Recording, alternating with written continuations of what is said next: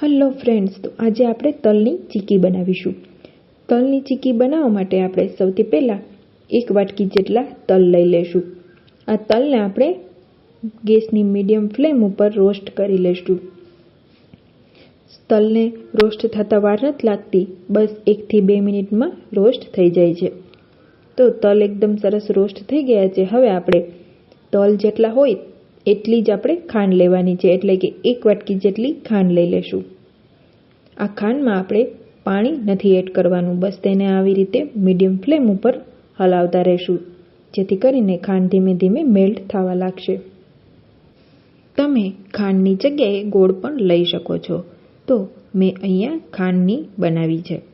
તો ખાંડ એકદમ સરસ મેલ્ટ થવા લાગી છે, તમે જોઈ શકો છો। હજી આપણે તેને થોડીવાર હલાવતા રહેશું, જેથી કરીને બધી જ ખાંડ એકદમ સરસ મેલ્ટ થઈ જાય।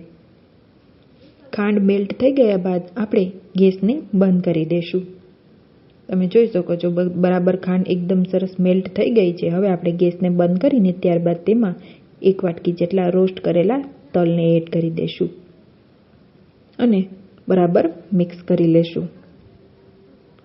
એકદમ સરસ મિક્સ થઈ જાય ત્યારબાદ કોઈ પણ પાટલા ઉપર તેલ અથવા ઘી લગાવીને આપણે આ ચીકીને એડ કરી દઈશું અને આપણે તેને ઝડપથી વણી લેશું।